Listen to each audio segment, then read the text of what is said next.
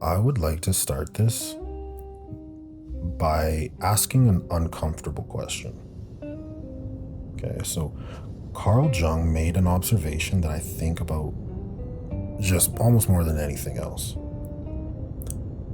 That most people live their entire lives without ever becoming themselves. They build up a personality in childhood to survive their environment, to be loved, to be safe, to fit in. And they carry that personality into adulthood and call it who they are. The tragedy, he said, is that most people never notice this. And the ones who do notice mostly don't know what to do about it. That's deep.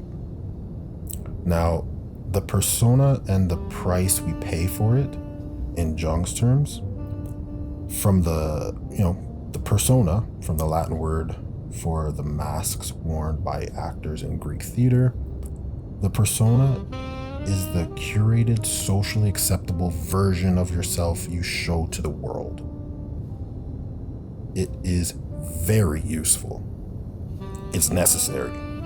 The problem is when you forget it's a fucking mask. So let me share with you how it forms. As children, we grow up, we learn which part of ourselves got approval and which got rejection. We suppress the rejected parts and amplify the approval ones. It's logic. Over time, those suppressed parts don't disappear. They form what Jung called the shadow. The shadow is not evil. It's simply everything you decided wasn't safe to be. Whether it be anger, ambition, your sexuality, grief, neediness, all of it was left unexamined. You hid it away because it never gave you what you needed. The shadow runs your life from the basement. So the signs you're living from the persona and not from yourself are you're deeply uncomfortable being perceived as less than capable. You say yes when you mean no, habitually. A lot of us have done it. It's almost automatic. It's almost one of those situations where you don't even need to think about it. Your body automatically responds. You feel vague resentment towards people who seem to live freely. You've built a life that looks right but doesn't feel like yours. And it's a terrible way to live. Jung's concept of individuation is the lifelong process of becoming who you actually are, as opposed to who you were shaped to be.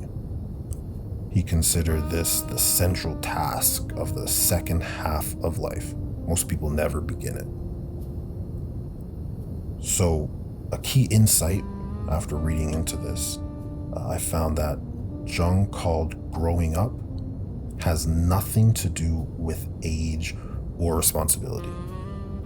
You can be 55, highly accomplished, and completely unindividuated. The measure is not achievement, it's self-knowledge. So, to begin the process of individuation, firstly, understand shadow work isn't therapy speak. It's a specific practice.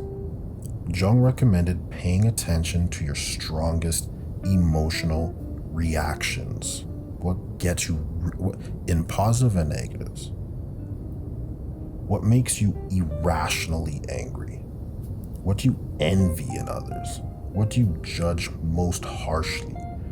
These are almost always projections of suppressed parts of yourself.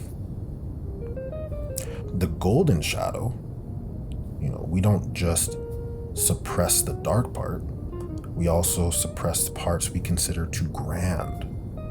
Our creativity, our intelligence, our capacity for greatness, whatever. When you admire someone intensely, you may be recognizing something in them that you've exiled in yourself.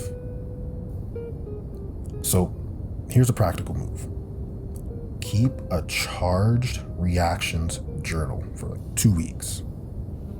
Write down every moment of disproportionate emotion, irritation, envy, admiration, contempt, whatever. At the end of those 2 weeks, look for a pattern. What you'll find will say more about your interior life than years of conventional self-reflection. And here's an integration practice. When you identify a shadow quality, the goal isn't to express it recklessly, it's to acknowledge it privately first. Say to yourself, I notice I have this quality. It is a part of me. That simple acknowledgement reduces its power over your unconscious behavior. You've recognized what has been living in the basement.